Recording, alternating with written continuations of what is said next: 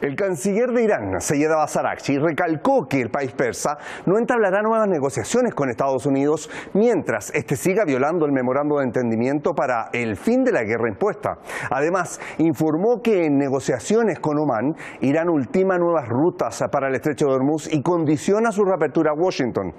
The Wall Street Journal, medio de comunicación de tendencia republicana, en un reportaje tituló "Trump creía que la apertura del estrecho de Hormuz era inminente. Irán tenía otros planes". Aquí el medio señala que funcionarios estadounidenses declararon que Donald Trump llevaba semanas preparando ya el terreno para declarar la victoria en la guerra con Irán si Teherán reabría completamente la vía marítima e incluso habría planteado en privado a sus asesores de alto nivel la idea de que estaba dispuesto a retirarse de la guerra sin un acuerdo nuclear.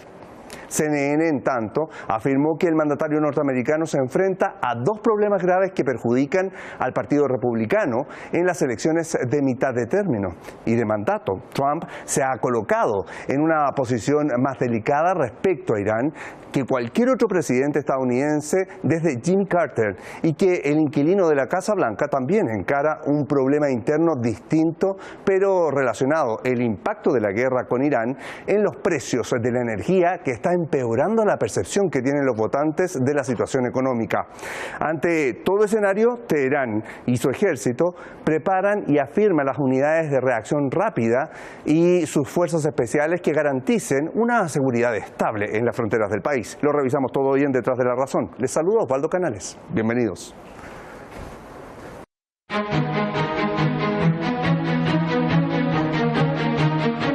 El portavoz y subdirector de Relaciones Públicas del Cuerpo de Guardianes de la Revolución Islámica afirmó que la estrategia actual de Irán consiste en mantener el control del estrecho de Hormuz hasta que el enemigo acepte todas las condiciones de Irán. La estrategia actual de Irán radica en mantener el control del estrecho hasta que el enemigo reconozca su derrota y admita el poder y la soberanía de Irán sobre esta vía estratégica. Para Irán, Hormuz no es solo una vía marítima, sino un escenario de confrontación. Irán ha obligado al enemigo a abandonar rápidamente sus objetivos, un enemigo que ahora concentra sus esfuerzos en reabrir el estrecho de Hormuz. Este lunes, el portavoz del Cuerpo de Guardianes de la Revolución Islámica afirmó que Estados Unidos desplegó sus tecnologías militares más avanzadas, incluyendo inteligencia artificial, durante la reciente guerra contra Irán, pero que finalmente no logró superar la resiliencia institucional, la cohesión ideológica, la unidad y la determinación nacional del país. Mientras el comandante de la Fuerza Terrestre del Ejército de Irán, el general de brigada Ali Jahan Chahi, ha afirmado que las unidades de reacción rápida y fuerzas especiales garantizan una seguridad estable en las fronteras del país. La presencia efectiva de las unidades de reacción rápida, fuerzas especiales, drones, artillería y blindados en las zonas fronterizas para hacer frente a las amenazas de los enemigos, además de proteger las fronteras y contribuir a garantizar una seguridad estable.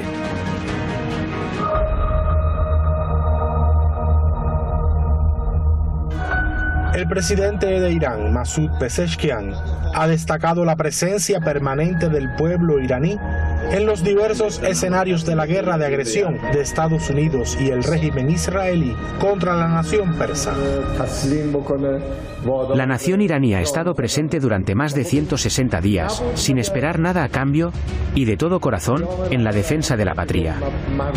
Este apoyo arraigado es un gran activo que jamás nos permitirá doblegarnos ante los enemigos ni aceptar la derrota. El gobierno también agradece esta presencia sin precedentes y está tomando todas las medidas necesarias para servir al pueblo y subsanar las deficiencias.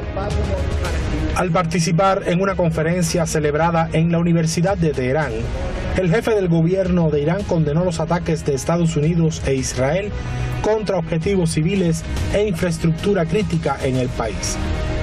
Enfatizó además la voluntad de la nación iraní de resistir ante la agresión, la opresión y el acoso y jamás doblegarse ante los enemigos.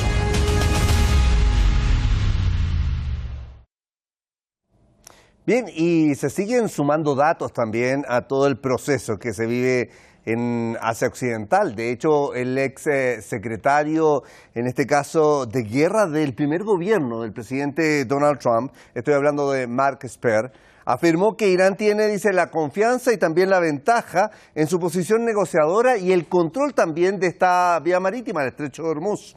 Esper declaró en una entrevista publicada el día domingo en la cadena ABC News que las nuevas condiciones planteadas, dice, por Irán para reabrir el estrecho de Hormuz y restablecer el tránsito marítimo a los niveles previos a la guerra demuestran que los líderes iraníes han ganado confianza en su posición en las negociaciones y también en la capacidad de presión que le otorga el control precisamente del estrecho de Hormuz.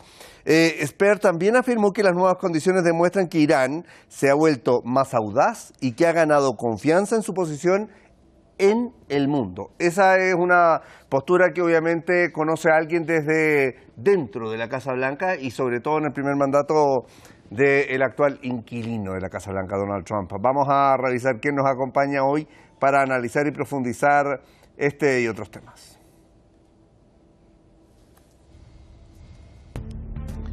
En pantalla tenemos a Tadeo Castiglione, analista internacional, periodista y experto en relaciones internacionales. Nos acompaña desde Neuquén, Argentina, el día de hoy.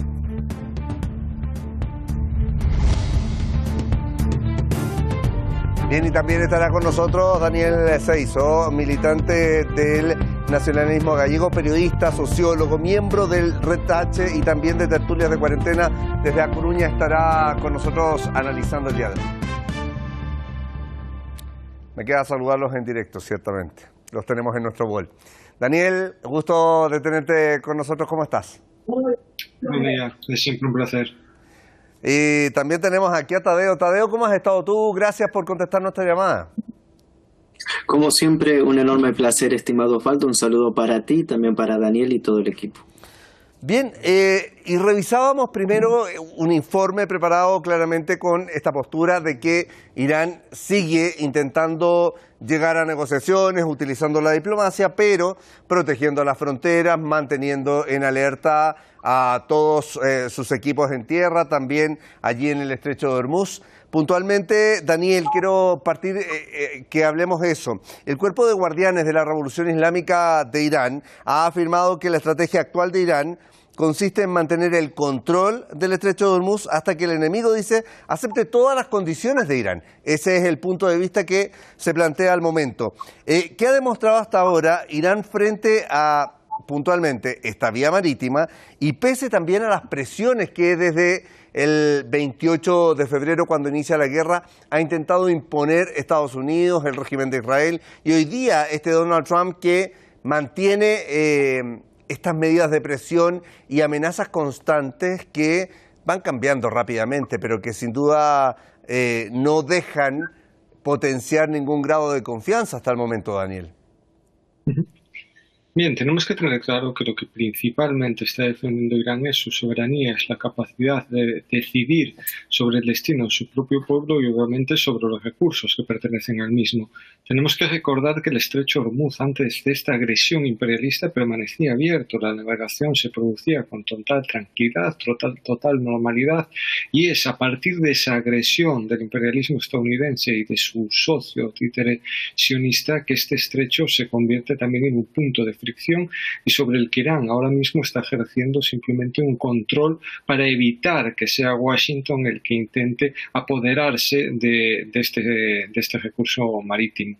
Aquí lo que estamos viendo a día de hoy es que no va a haber una vuelta atrás, no va a poder volver a imponerse las apetencias imperialistas, no se va a poder controlar desde Occidente los recursos y los nodos de comunicación del sur global, e Irán una y otra vez ha insistido en que existen unos principios que a la hora de sentarse de nuevo en una mesa de negociación se tienen que aplicar, se tienen que cumplir. Es decir, ese memorándum de entendimiento que había sido aceptado en cierta medida por Teherán y para empezar unas negociaciones, para empezar una vía de diálogo, no se va a modificar a favor de Washington, y es a partir de aquí que tenemos que empezar a buscar vías que intenten desescalar. Si esto no es así, si Washington insiste una y otra vez en utilizar la vía militar, las presiones económicas o incluso estas triquiñuelas diplomáticas que parece que lo único que llevan es a ganar tiempo y a intentar un rearme que tampoco está saliendo tal y como planeaba la administración Trump, pues la respuesta por parte de Teherán va a ser la misma. Se va a controlar el estrecho de Hormuz, se va a estar preparado para la guerra y se va a golpear duramente a los enemigos si quieren seguir escalando en un conflicto que a día de hoy parece que no está saliendo tal y como tenía planeado Washington, ni en la vía militar ni en la vía económica. Los días corren y parece que poco a poco es la soga de la administración Trump la que se va apretando cada día más. Claro, de hecho, el poder de decisión hoy día, en este caso de Estados Unidos, cada vez se va mermando más porque va perdiendo fuerza en la interna de Estados Unidos con unas elecciones que ya más adelante vamos a profundizar respecto de eso.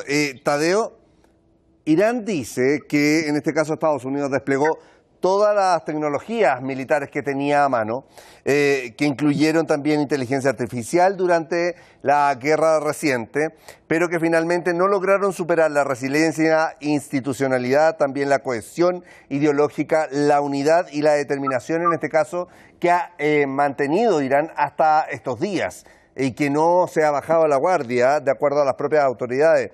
¿Qué queda demostrado de hecho, Tadeo? Porque estamos hablando de un Estados Unidos que siempre actuó como potencia con la fuerza militar más poderosa del mundo, pero ¿no resiste una guerra de larga data en este caso? ¿Está preparado solo para el primer impacto? Es un tema muy interesante porque entramos en el, vamos a decirlo, en el nodo neurálgico de la actualidad de Estados Unidos como un imperio en claro declive, un imperio que no puede ni siquiera con su situación interna, mucho menos imponer en la situación externa. Sí puede provocar un gran daño, que es lo que ha hecho, pero no puede terminar de completar las tareas que ellos mismos se proponen. Acá hay un tema muy interesante porque Estados Unidos no es únicamente la primer superpotencia, vamos a decirlo, militar a nivel global, sino que también siempre se jacta del gran presupuesto militar que se tiene y de las grandes tecnologías que se aplican para la selección de objetivos y demás, que ya se ha demostrado en Irán que no únicamente no son precisas, sino que son que pueden ser vulnerables. Y esto habla muy mal también de la escala de corrupción interna en Estados Unidos respecto a los costes armamentísticos, la gran falta industrial también en torno a mantener un ritmo de producción, vamos a decirlo, de los diferentes sistemas bélicos, y todo esto ha quedado plasmado en el escenario bélico de confrontación en contra de Irán. Entonces, creo que si algo ha hecho Estados Unidos fue acelerar aún más su, vamos a decirlo, declive, o al menos en la visión pública, porque algo ya de esto ya se venía sintiendo a nivel internacional en los diferentes análisis, pero que haya quedado demostrado en un escenario real, militar, todas estas grandes complicaciones, tanto materiales como también logísticas de parte de Estados Unidos, creo que ha sido un duro golpe de realidad, una realidad que por más dinero que se imprima, que por más presupuesto que se aumente, no pueden cambiar el escenario. Ahora bien, si ese mismo dinero hubiera sido destinado a una estrategia con muchos analistas que Estados Unidos tiene muy buenos para la aplicación de otro tipo de estrategias, lógicamente los resultados hubieran sido diferentes, pero bueno, hay que agradecer a Dios de que Estados Unidos va por la vía rápida y no por la vía, vamos a decirlo, más inteligente en estos momentos en los cuales la inteligencia parece ser el gran faltante en los Estados Unidos, en las altas cadenas de mando, en los cuales se ha suprimido una proyección estratégica a largo plazo para únicamente tener resultados electorales cortoplacistas y resultados materiales, económicos, financieros para mantener a la élite política actual.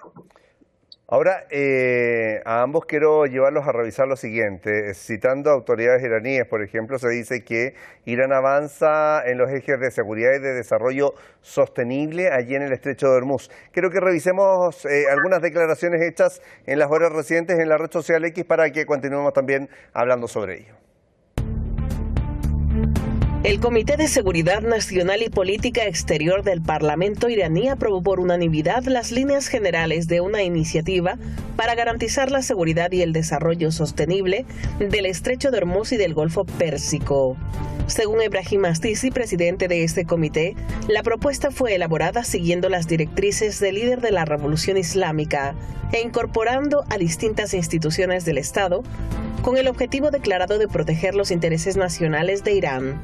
La corresponsal de Asuntos Exteriores de CBS News, Margaret Brennan, ha señalado las contradicciones en los mensajes del presidente Donald Trump.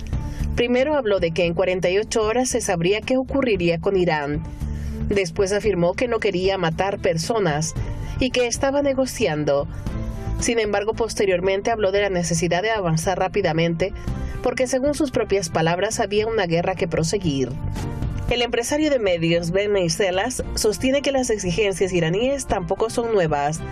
Según Meiselas, Teherán viene planteando las mismas condiciones desde marzo, durante las conversaciones de Islamabad, en el memorando firmado en junio y nuevamente durante julio.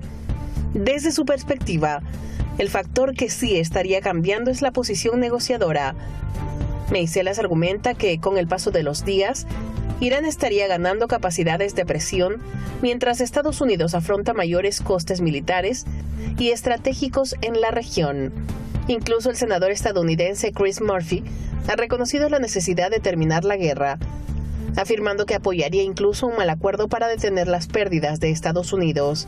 Así, mientras Washington debate el coste de continuar la confrontación, Irán presenta su estrategia como una defensa de soberanía, de sus intereses nacionales y de su posición estratégica en el Golfo Pérsico. Bien, ahí teníamos varios puntos que comienzo de inmediato, Daniel.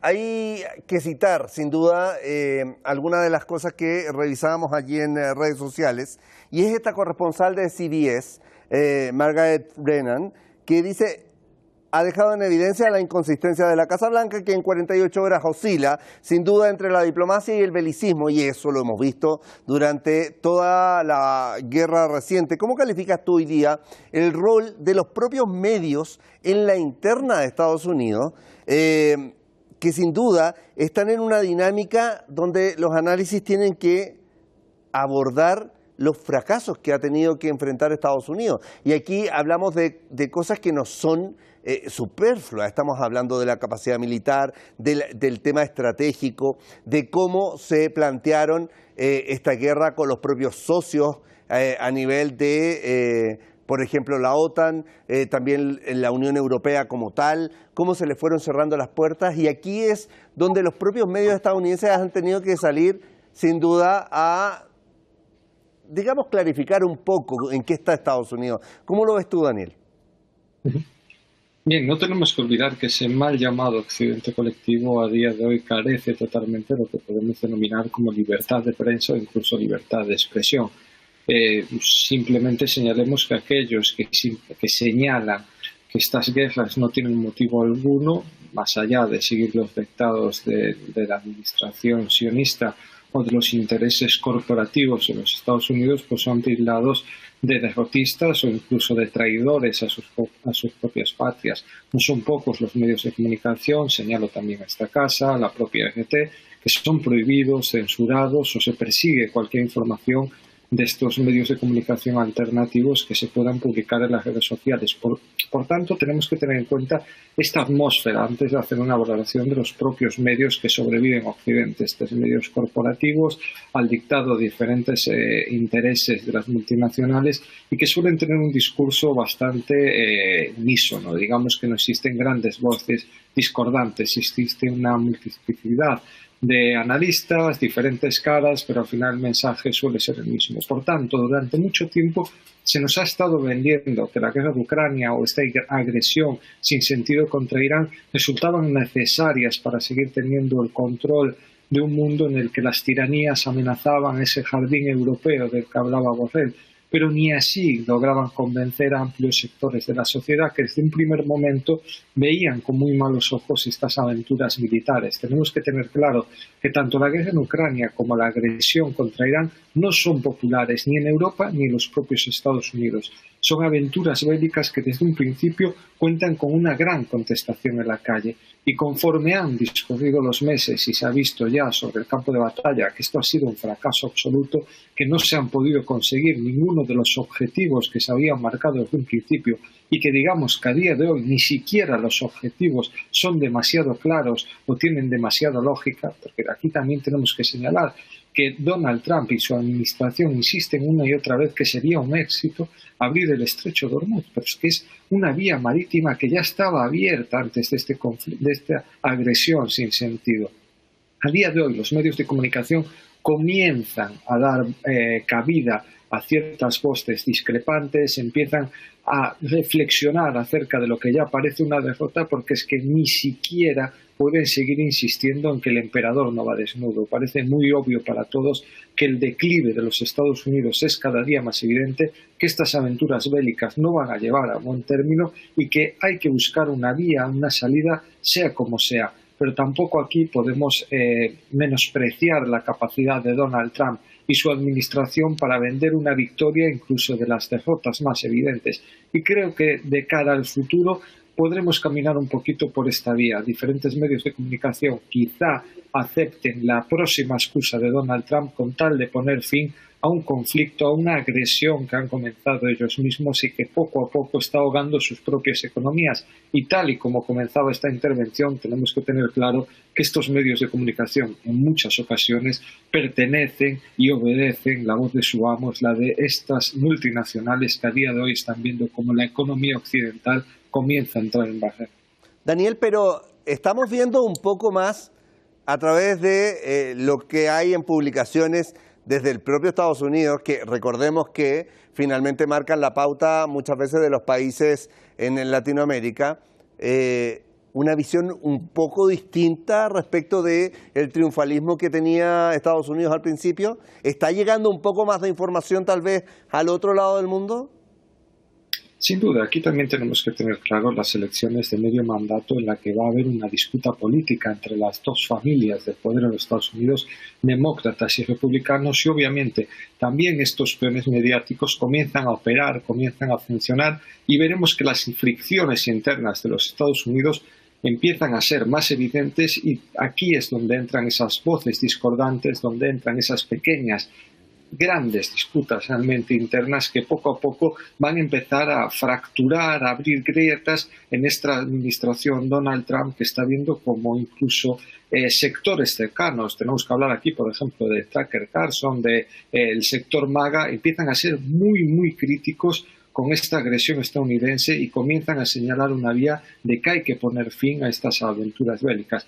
Creo que según pasen las semanas, según este callejón sin salida comience a ser más evidente, estas voces críticas sin duda resonarán con más fuerza, y tal y como bien señalas, estos medios de comunicación estadounidenses suelen marcar, guiar un poco también la línea que siguen muchos medios generalistas en la propia Europa, por ejemplo. Bien, y me cambio un poco en la línea de lo que han tomado decisiones algunos países en los días recientes. Tadeo, ¿qué elementos hay que considerar hoy día de este pacto de la Meca, que ha tenido un trasfondo bastante importante? Turquía, Arabia Saudí y también Pakistán, que buscan la seguridad sin la injerencia hoy día de Washington. Y también hay análisis diciendo, a ver, Turquía tiene lazos allí con la OTAN, Arabia Saudí también ha estado metido entre medio de los países árabes en esta guerra que han estado apoyando a Estados Unidos, pero tenemos un Pakistán que al mismo tiempo pertenece al otro mundo, estamos hablando del mundo musulmán, y que están dejando fuera de esta discusión a Washington puntualmente en este pacto de la Meca. ¿Qué pasa con esto desde tu punto de vista? ¿Qué elementos hay que considerar del pacto propiamente tal? Bien, creo que hay un claro despegue hacia Estados Unidos de parte de estos países que han tenido que pagar muchas de las consecuencias de esta guerra de los 40 días impuesta en la región. Recordemos las pérdidas multimillonarias de Arabia Saudí en el comercio internacional de hidrocarburos, la pérdida económica para Pakistán, que es gran comprador a nivel global de casi toda la producción que sale del Golfo Pérsico, una Turquía que trata de reequilibrar sus relaciones, de empezar a ganar peso, pero a la misma vez tiene el cepo claro de la OTAN. Entonces, esta esta coalición creo que busca alguna alternativa al dominio y a la injerencia de Estados Unidos a nivel regional en Asia Occidental, pero tiene muchas vertientes y muchas dudas que tenemos que poner en tela de juicio respecto a, en primer lugar, hasta qué punto estos tres países dependientes en gran manera de Occidente tienen esta vía libre para actuar de manera independiente para lograr esta coalición que se anunció con bombos y platillos, pero que tiene graves problemas estructurales, entre ellos un gran problema respecto al financiamiento. Tenemos una Arabia Saudí endeudada, con un déficit fiscal este año que va a ser muy complicado de subsanar y con todas las pérdidas económicas sufridas, una Turquía que depende de la OTAN y que no puede, vamos a decirlo, tener un rasgo de defensa más allá del escudo de la OTAN, y una Pakistán que está muy comprometida económicamente con el Fondo Monetario Internacional, con grandes deudas internas en los cuales necesita liquidez urgente para mantener todos estos proyectos, lo cual se esperaba que, bueno, Arabia Saudí sería el que proveería la parte financiera y económica, pero los números no estarían cerrando. Entonces, desde esa perspectiva, vemos que tienen una iniciativa interesante en la región, pero que creo que todavía estamos en un momento muy incipiente para tener un análisis un poco más claro, más contundente respecto a esto, pero sí lo que significa es que han comprendido que ser aliado de Estados Unidos es fatal, como dice aquel dicho respecto a que ser enemigo era peligroso, pero ser aliado de Estados Unidos es fatal, y creo que han comprendido la necesidad urgente de comenzar a desandar su propio sendero, su propio camino, pese a que también recordemos que hay una disputa ahí todavía pendiente respecto a cuál va a ser la situación de Arabia Saudí con Yemen en el evolucionar de todo lo que tiene que ver con Bab al-Mandeb, el Mar Rojo, y que ese sigue siendo un punto neurálgico en medio de los diferentes conflictos a escala regional, en los cuales en este acuerdo de defensa tanto Pakistán como Turquía dijeron que se van a defender mutuamente, pero ya hay guerras que llevan vamos a decirlo, un paso mucho más avanzado con años de antelación. Entonces vamos a ver hasta qué punto esta dinámica regional va a seguir tomando forma. Quiero llevarlos a revisar un informe, pero previo a eso, Daniel, ¿algo que agregar respecto de este pacto de la Meca desde tu punto de vista, en el que se alejan un poco de esta esfera de Washington, que era el protector de estos países árabes en la región? Sí, creo que lo principal que señala este pacto es que ese supuesto paraguas que los Estados Unidos ejercía sobre la región, que la protección de las bases militares estadounidenses, pues se ha demostrado totalmente ineficaz. No solo eso, sino que en muchos casos ha señalado como un objetivo legítimo a alguno de estos países. Y tal y como bien señala el compañero, en este pacto estamos viendo diferentes intereses, muchos de ellos también cercanos a la órbita occidental, pero creo que más allá de esto lo que estamos empezando a ver es una reestructuración de la seguridad, de los pactos de seguridad en la región, y será muy interesante ver si se logra por fin también integrar a la visión iraní. Es decir, si se deja de un lado todos esos intentos de los propios Estados Unidos y del engendro sionista por señalar, acorralar a Irán, y se puede estructurar una red de seguridad, unos acuerdos en el que sea el propio interés regional, el propio interés del comercio, de las relaciones pacíficas, el que se pueda imponer sobre la mesa. A día de hoy estamos viendo obviamente unos pactos bilaterales, unos pactos que en mucho caso están reaccionando con pavor ante toda esa estructura del poder estadounidense que se viene abajo, pero creo que sería muy interesante también para los países que han firmado este acuerdo empezar a pensar más allá, empezar a pensar en la paz, en comercio libre, empezar a pensar también en sus propias poblaciones, cómo vería la población de Turquía, la población de Pakistán o la población de Arabia Saudí un pacto agresivo contra Irán o un pacto agresivo contra Yemen, países que han defendido siempre a la causa palestina, que la han puesto en el centro de sus actuaciones. Sería muy difícil explicar esto tanto desde Arabia Saudí, Pakistán o Turquía a sus propios habitantes. Creo que es hora de empezar a pensar en una nueva estructura de seguridad regional muy alejada de los intereses de Washington y especialmente del genocidio sionista. Bien, los llevo, me interesaba el punto de ambos respecto de esto, porque también sin duda va a ser objeto de análisis más adelante, que en medio de esta guerra se estén dando este tipo de pasos. Pero lo llevo con algo textual. Estamos negociando parcialmente con ellos, es decir, con Irán. Simplemente estamos observando a Irán con su enorme inflación y, de hecho, de que no tienen dinero. ¿Funcionará? Siempre funciona. Es lo más reciente dicho por el presidente de Estados Unidos, Donald Trump, respecto de su postura frente a la guerra y lo que busca por estos días. Revisemos el siguiente informe y también continuamos.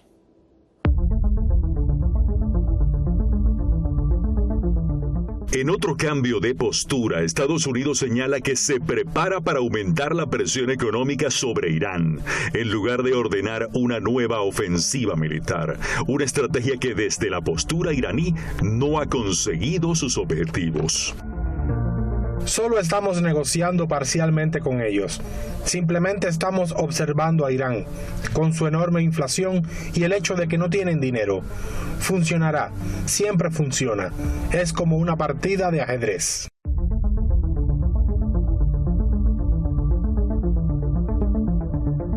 Por su parte, el canciller iraní Seyed Abbas Araghchi afirma que las negociaciones con Omán sobre el estrecho de Hormuz están en su fase final, pero aclara que esto no implica una reapertura automática de esta vía marítima estratégica.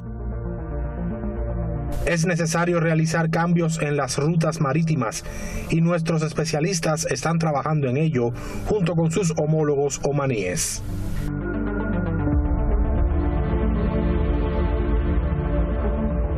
Mohammad Bakr Solkader, ex secretario del Consejo Supremo de Seguridad Nacional de Irán, enfatiza que cualquier reapertura depende de un giro profundo del comportamiento de Estados Unidos y recordó las condiciones innegociables establecidas por el país persa. No amenazar a Irán bajo ninguna circunstancia, ni en ningún idioma, y abstenerse de insultar las creencias y símbolos sagrados del pueblo iraní. Poner fin de forma permanente a la guerra y a las acciones de agresión contra Irán y sus aliados en Líbano, Palestina, Yemen e Irak. Levantar el bloqueo marítimo y retirar las fuerzas militares, tanto navales como aéreas, de las inmediaciones de Irán.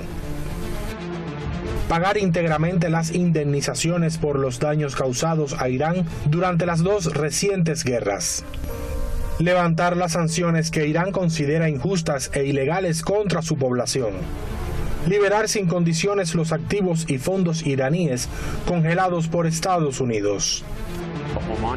En este contexto, el portavoz de la Cancillería iraní, Esmail Bakai, sostiene que cobrar tasas de servicio para garantizar la seguridad del estrecho de Hormuz es un derecho soberano, advirtiendo sobre las hostilidades de Washington. Si Estados Unidos continúa con sus políticas y el bloqueo naval, el estrecho de Hormuz no será un paso seguro. Bakai también añade que el acuerdo de defensa conjunta de la Meca confirma que la región ya no confía en las promesas de seguridad extrarregionales.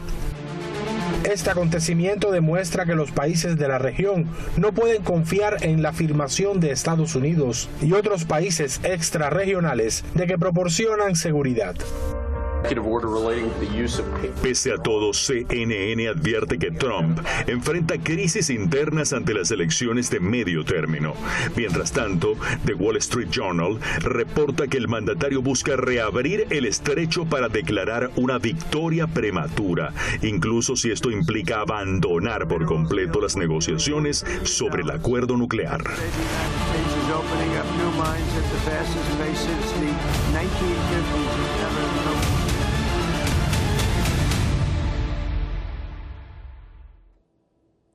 Bien, lo llevo rápidamente con esta parte del programa porque nos queda harto que tocar. Daniel, en otro cambio, sin duda, de postura de Estados Unidos, se señala que se prepara para aumentar la presión económica sobre Irán en lugar de ordenar una nueva ofensiva militar. ¿Qué busca, desde tu punto de vista, conseguir a estas alturas Washington, considerando cómo le ha ido en todo lo previo?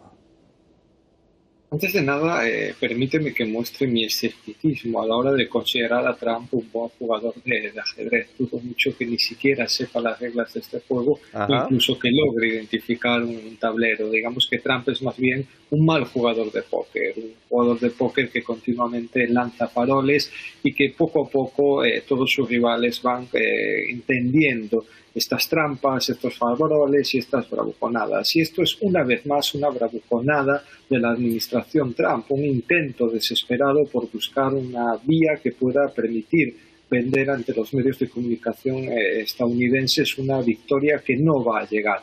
Pero obviamente también tenemos que tener en cuenta que estas bravuconadas, estos mensajes, destapan totalmente la faz de los Estados Unidos, porque esto no es solo la administración Donald Trump. Cuando insisten una y otra vez en hacer una guerra económica contra Irán, no están hablando de hacer una guerra económica únicamente contra un par de personas elegidas puntualmente, sino que es una guerra económica contra un pueblo. Se intenta vencer por el hambre, por la carestía a toda una población. Incluso se habla de intentar borrarla de la faz de la tierra. Esto es un comportamiento genocida, un comportamiento inhumano que tendría que ser señalado en todo momento por los organismos internacionales que en esta ocasión parecen mirar para otro lado.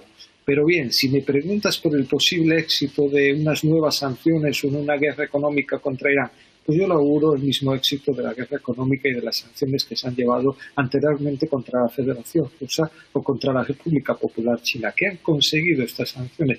Por la desconexión paulatina de estos países y de su entorno más inmediato de la economía del sistema dólar que controlaban los Estados Unidos y la estructuración de un nuevo modelo económico, de un nuevo mundo multipolar y de instituciones económicas que poco a poco, día a día, ganan más peso. Es el dólar el que está actualmente amenazado, el que comienza a ver como ese castillo de naipes que tenía construido Donald Trump, esto parece que sí se le da bien a los estadounidenses, se empieza a desvanecer. Y si esta estructura económica basada en el petrodólar empieza a debilitarse, yo considero que son los Estados Unidos los que tienen que empezar a preocuparse y bastante, porque esa deuda gigantesca, esa deuda inasumible, que una y otra vez parece blanquearse o parece darse un salto adelante, imprimiendo más billetes sin valor alguno, comenzaría a ser un problema no solo para la administración Trump, sino para ese imperio en una decadencia absoluta que ya parece irreversible. Por tanto, creo que esas amenazas económicas contra Irán pueden hacer daño, obviamente pueden hacer daño a la población civil, pero tarde o temprano lo único que conseguirán es acelerar ese mundo multipolar que ya están haciendo, que cada día tiene más fuerza y que Irán, junto con otros socios como Rusia o la República Popular China, disfrutarán y encabezarán más temprano que tarde.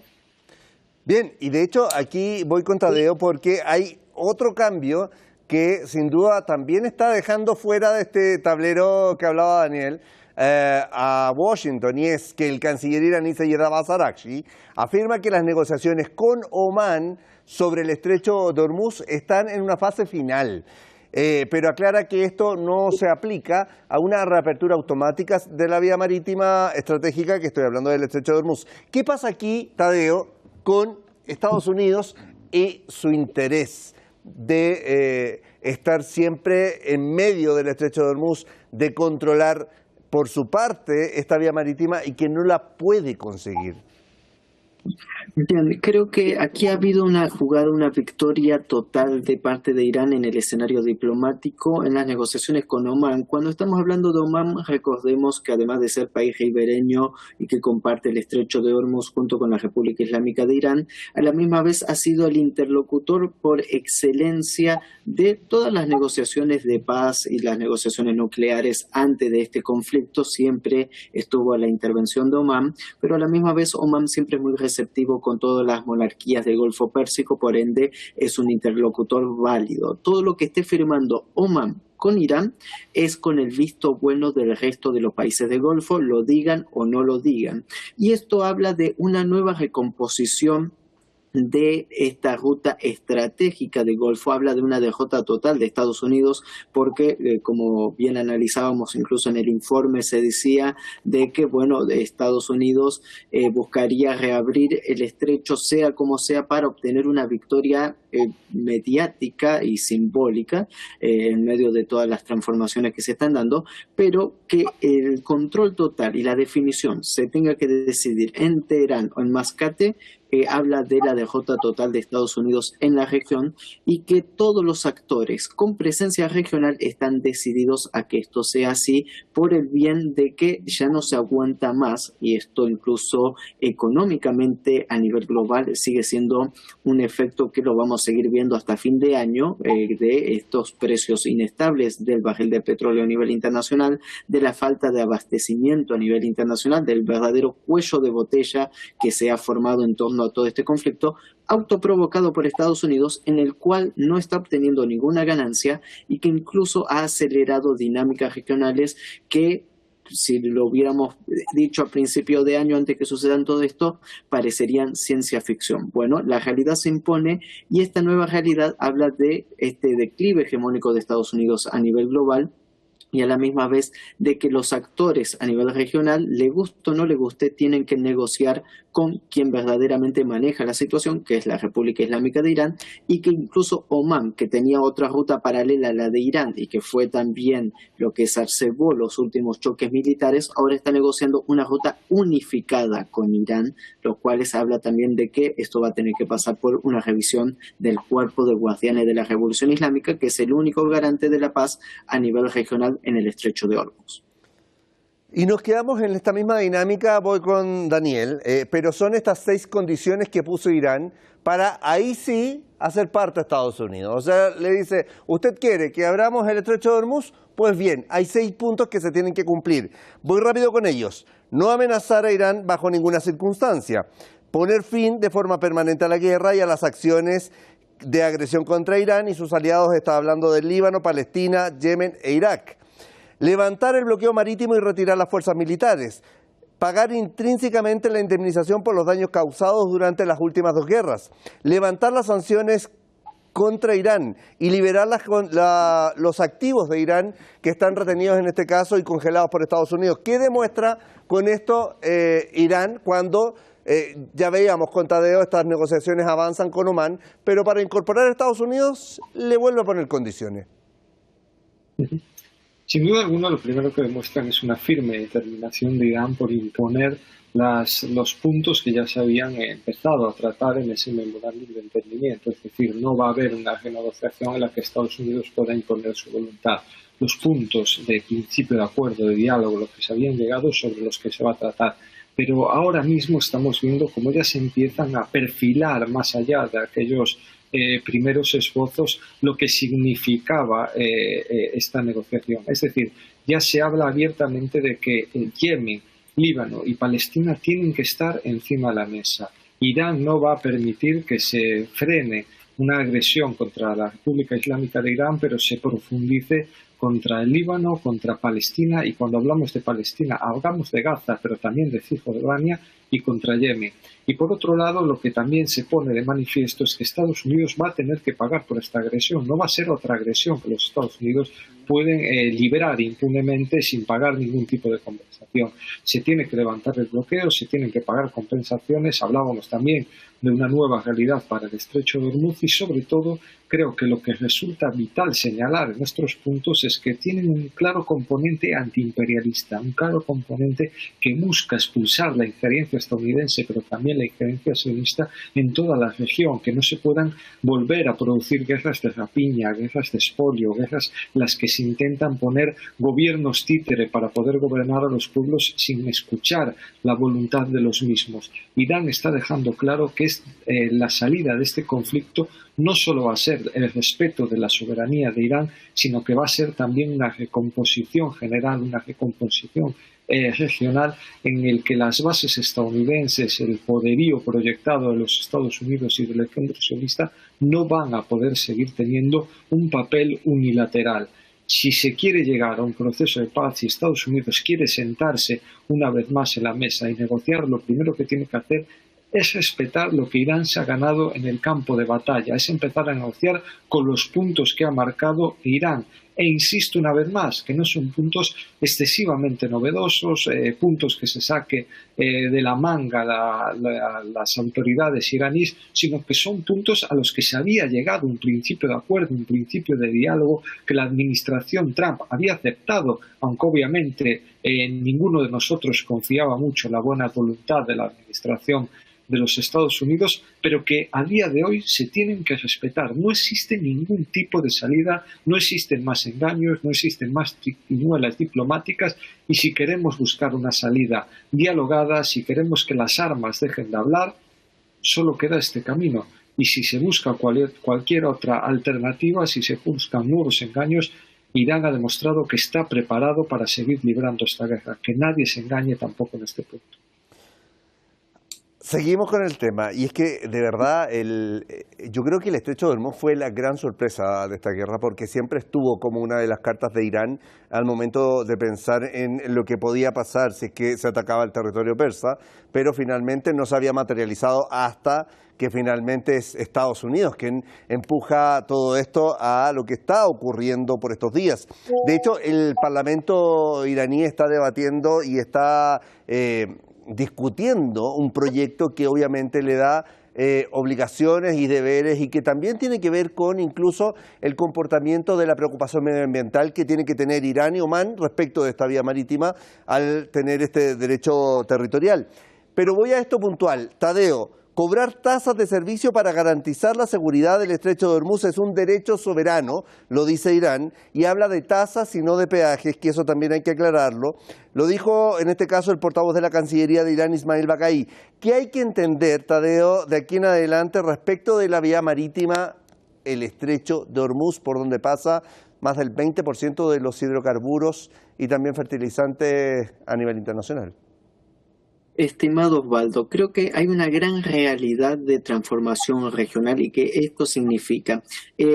Irán se está comportando, y fijémonos todos los aspectos que estamos dialogando, estamos hablando de diplomacia, de negociaciones, de seguridad jurídica, de seguridad también medioambiental, de seguridad de transporte, estamos hablando de orden y reglas claras y coherentes que Irán impone, y que esto está con un proceso, vamos a decirlo, legítimo. Estamos hablando de un debate parlamentario para legalizar y poner en leyes todo este nuevo sistema que va a regir, y que también Oman va a hacer lo suyo propio. Entonces, en medio de ataques ilegales por parte de Estados Unidos, sanciones unilaterales y coercitivas, y todo este diagrama ilegal de Estados Unidos, vemos por el otro lado lo que Irán representa para el mundo, para el sur global, de cómo llevar las cosas bien hechas y bajo, vamos a decirlo, una buena ruta para lograr estas transformaciones que a escala global se necesitan.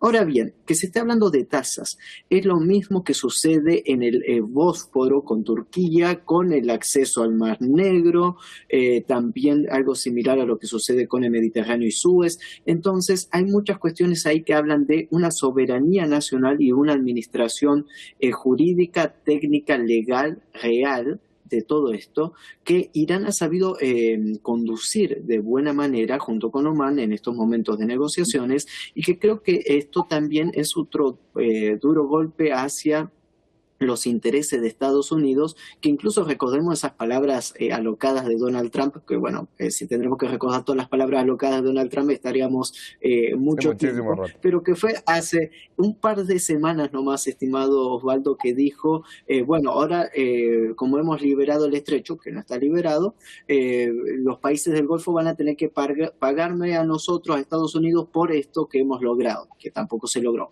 Bueno, entonces, en medio de esas contradicciones continuas que hace Estados Unidos, de el matón del barrio, de que me paguen por la seguridad, bla, bla, bla, bueno, existe otra realidad que son tasas que son normales a nivel internacional en comercio internacional, que no son ilegales y que van a tener un régimen jurídico, económico, legal, que yo creo que muchos países de la región van a estar de acuerdo, con tal de que la situación se canalice y pueda haber un tránsito no normal como antes, pero ahora normal y controlado según la nueva realidad regional. Bien, y nos quedan los últimos minutos, así que les voy a pedir a modo de cierre que seamos breves, pero sí me interesa a cada uno plantearles un punto. Daniel, CNN, a ver, afirma que el mandatario norteamericano se enfrenta a dos problemas graves que perjudicarán al Partido Republicano en las elecciones de medio término y que tienen que ver con lo siguiente. Trump se ha colocado en una posición más delicada respecto de Irán que cualquier otro presidente estadounidense desde Jimmy Carter, y que el inquilino de la Casa Blanca también encara un problema interno distinto a que obviamente está relacionado y que tiene que ver con que hay que considerar las elecciones de medio término, pero también todo el aumento y el descontento social que tiene a la interna de Estados Unidos. ¿Qué pasa con eso? ¿Qué condiciones tiene hoy día Donald Trump para enfrentar en noviembre las elecciones de medio término? Eso te lo pregunto muy rápido. Las condiciones son realmente deplorables. Tenemos que tener en cuenta que Donald Trump es quizá el presidente estadounidense que más se ha abocado a los intereses sionistas. Uno se pregunta qué es lo que mueve los hilos de la administración de Donald Trump y qué es lo que tiene el régimen genocida de Tel Aviv contra la administración de Donald Trump y contra el propio Donald Trump para empujarle una posición que lo deja en tal debilidad política. Tal y como señalaba anteriormente, tenemos que tener en cuenta que incluso los sectores MAGA reniegan absolutamente ya de la administración de Donald Trump a la que habían apoyado tanto. Ante estas elecciones de medio mandato parece que Trump tiene muy difícil poder lograr incluso disputarlas. Ya no es que las vaya a perder, sino que parece todo llevarnos a una derrota que puede ser realmente dolorosa y que puede dejar también con muy poca movilidad política a su administración. Pero si señalamos también el descontento en el interior de los Estados Unidos, creo que está llegando a unos niveles que ya no solo se trata de la disputa electoral, sino que incluso la sombra de una posible guerra civil o de conflictos abiertos entre la propia población y las diferentes facciones políticas parece resultar cada día más evidente. Lo que queda por ver es si va a poder abrirse una especie de tercera vía, una nueva corriente política que rompa con demócratas o republicanos, o si este descontento va a seguir inflándose en lo que parece ya una olla a presión. Perfecto. Me queda un minuto, Tadeo. Alcanzamos de todas maneras. The Wall Street Journal reporta que el mandatario busca reabrir el estrecho, en este caso de Hormuz, para declarar la victoria prematura, incluso si esto implica abandonar por completo las negociaciones sobre el acuerdo nuclear. Recordemos, The Wall Street Journal es un medio más ligado a el área republicana. ¿Qué puede declarar la victoria sobre un punto que antes de la guerra ya lo habíamos hablado? Estaba abierto, por lo tanto no sería una victoria propiamente tal, pero incluso estaría dispuesto a dejar el tema del tratado, del acuerdo nuclear para un futuro seguro. Se lo pregunto rápido. Todo esto habla de la desesperación actual de la administración de la Casa Blanca, que no puede presentar un resultado tangible de algunas de todas sus tantas promesas electorales. No únicamente no terminó con ninguna guerra a nivel internacional, que era el programa de Donald Trump de que él era el presidente de la paz, vaya paz, pero tampoco logró ninguna solución interna para Estados Unidos, que se ve con una inflación galopante. El precio del galón de combustible en Estados Unidos es un tema delicado para la sociedad norteamericana, golpeado por la inflación, golpeado por la desindustrialización, por la falta de empleo. Bueno, todo eso hace un combo, un cóctel explosivo muy grave que tiene que saber administrar Donald Trump, y que como no lo ha sabido administrar, necesita de estas victorias pírricas a nivel internacional, presentar algo en la otra punta del mundo como un logro propio y ser el gran garante de la paz mundial, como siempre lo ha querido ser. Por lo visto tiene algún trauma desde la niñez o algo parecido. Entonces, lo que sí marca esto, que Wall Street Journal esté diciendo esto, habla de una desesperación de la administración de la Casa Blanca, que necesita resultados urgentes para tapar algunos baches internos que le están siendo perjudiciales. Bien, y nos quedamos con eso. Me interesaba su punto de vista respecto de estas publicaciones, porque obviamente son estas críticas desde la interna que hablan mucho también de lo que está ocurriendo con el perfil y este capital político de Donald Trump. Tadeo Castiglione, muchísimas gracias por estar con nosotros el día de hoy. Fuerte abrazo como siempre, Osvaldo. Bueno, Daniel Seizo, esperamos prontamente contar contigo en otro análisis. Muchísimas gracias en nombre de todo el equipo de Detrás de la Razón. Hasta la próxima. Un placer y un abrazo. Bien, nos despedimos entonces de nuestros invitados y de ustedes también, por supuesto, iniciando esta semana con harto tema que abordar sobre la mesa, pero mañana, por supuesto, nos vamos a reencontrar acá en Detrás de la Razón, por las pantallas de Hispan TV. Hasta entonces.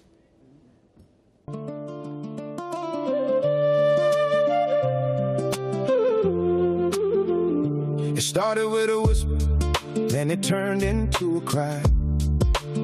200 sailors' families, they wouldn't stand by. Thursday in San Diego, Highland Club, North Island base. Mothers, fathers, husbands, wives, all showing up in place. U.S. Navy sailors revolt against Trump over aircraft carrier conditions. 259 days at sea, no end in their permission. The Lincoln's been out longer than any ship should roam. 208 days straight, no letters and